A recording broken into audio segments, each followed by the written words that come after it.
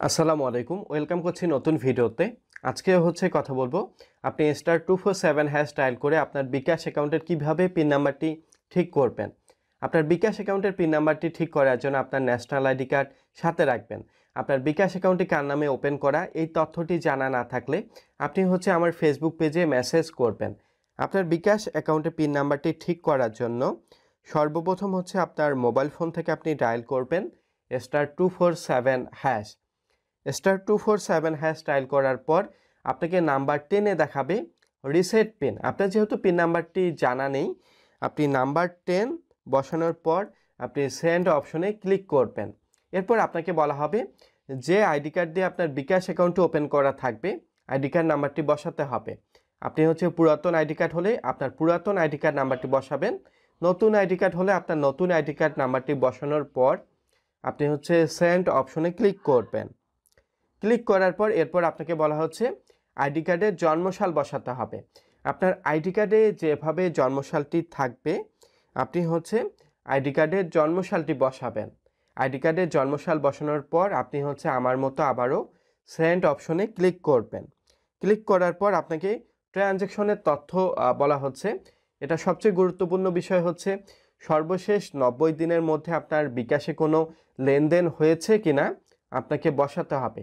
আপনার অ্যাকাউন্টে যদি কোনো লেনদেন না হয় আপনি নাম্বার 7 এ নো ট্রানজ্যাকশন দেখতে পাবেন। আপনি নাম্বার 7 বসাবেন আপনার অ্যাকাউন্টে লেনদেন না হলে।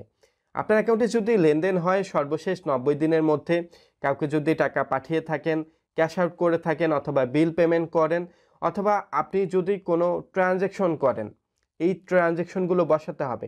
আমার যেহেতু ব্যাংকে টাকাটি ট্রান্সফার হয়েছে আমি নাম্বার 6 এ মানি ট্রান্সফার দেখাচ্ছে।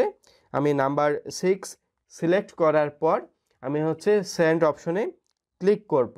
ক্লিক করার পর এরপর আমার মতো কিন্তু আপনাকে অ্যামাউন্ট বসাতে বলা হবে। আপনি কত টাকা ট্রান্সফার করেছেন বা কত টাকা আপনার লেনদেন হয়েছে আপনাকে বসাতে হবে। বসানোর পর আপনি আবারও সেন্ড অপশনে ক্লিক করবেন। সেন্ড অপশনে ক্লিক করার পর আপনাকে বিকাশ থেকে একটি নির্দেশনা দেয়া হবে। আপনি বিকাশ থেকে একটি ইনস্ট্যান্ট পিন রিসেটের মেসেজ পাবেন।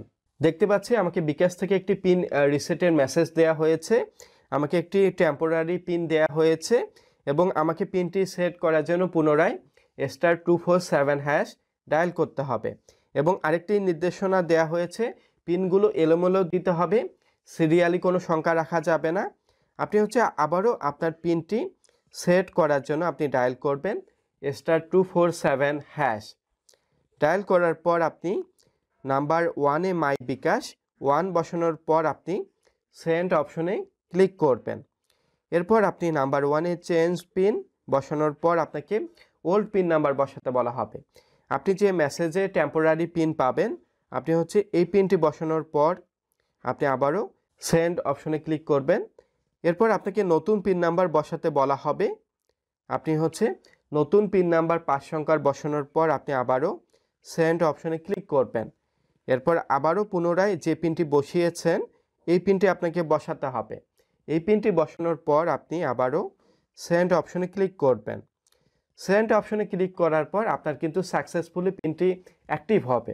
আপনি যদি পুনরায় *247# ডায়াল করেন আপনি দেখতে পাবেন আপনার বিকাশ অ্যাকাউন্টের পিনটি সাকসেসফুলি অ্যাক্টিভ হয়েছে এবং আপনার অ্যাকাউন্টের ব্যালেন্সটি দেখতে পাবেন। আশা করছি আপনারা খুব সহজে এভাবে আপনার বিকাশ অ্যাকাউন্টের পিন নাম্বার জানা না থাকলে আপনি ঠিক করতে পারবেন। আশা করি বিকাশের আপনার সেবাটি ভালো লাগবে। ভিডিওটি ভালো লাগলে অবশ্যই লাইক দিবেন, শেয়ার করবেন। রিকোয়েস্ট থাকবে যারা নতুন দর্শক আমার ফেসবুক পেজটি ফলো করবেন।